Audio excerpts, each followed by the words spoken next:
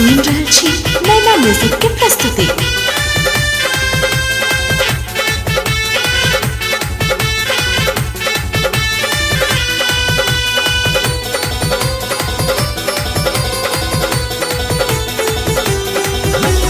कतबो दबे ही नयाब न दब तो जागल मिथिला लाल रो।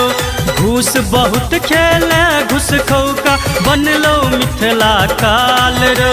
शिक्षा स्वास्थ्य के पूरा अब हिसाब चाही हमरा, फेर से अपन मिथिला राज चाही हमरा, फेर से अपन मिथिला राज चाही।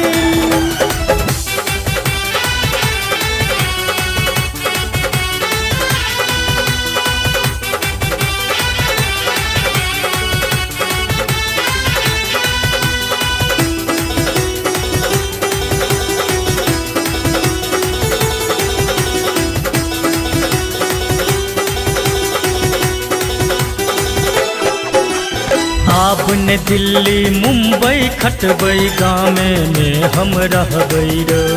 आब ने ककरो ठोली सुनबै गाम ही हम कमेबै रो, गाम ही हम कमेबै रो। आब ने दिल्ली मुंबई खटबै गाम में हम रहबै रो। आब ने ककरो ठोली सुनबै गाम ही हम कमेबै रो।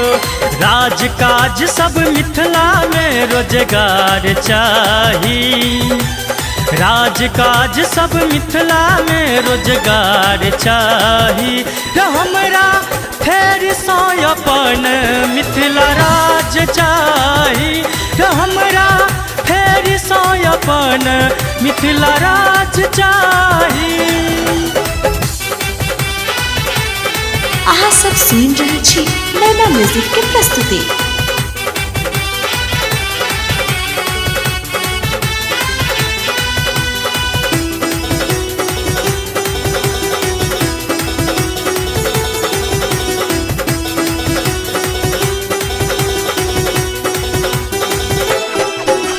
सोना सन के मिथिला के तू बना दिल कंगाल रो। जही थारी में खेले तकर छेद के ले बेहाल रो, छेद के ले बेहाल रो। सोना सन के मिथिला के तू बना दिल कंगाल रो।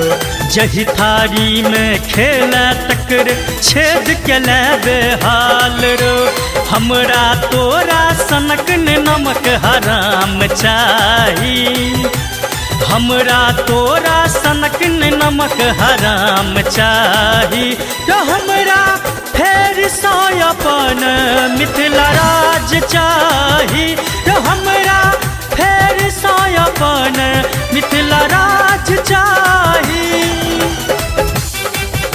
अहाँ सब सुनि रहल छी नैना म्यूजिक के प्रस्तुति।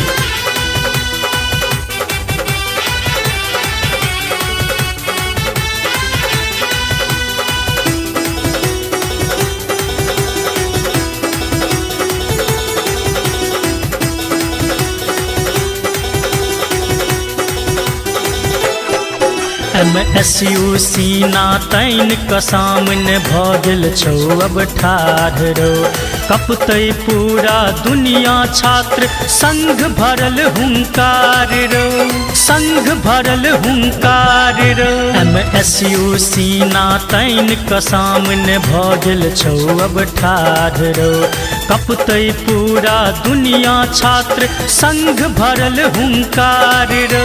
कहै छै नटवर नागर सपोर्ट समाज के चाही, कहै छै नटवर नागर सपोर्ट समाज के चाही हमरा, फेर से अपन मिथिला राज चाही हमरा, फेर से अपन मिथिला राज चाही। सब्सक्राइब करें नैना म्यूजिक का YouTube चैनल और देखें अपनी पसंद के मैथिली भोजपुरी के धमाकेदार ऑडियो वीडियो। तो सब्सक्राइब करें व सामने दिए लाल बटन को जरूर दबाएं।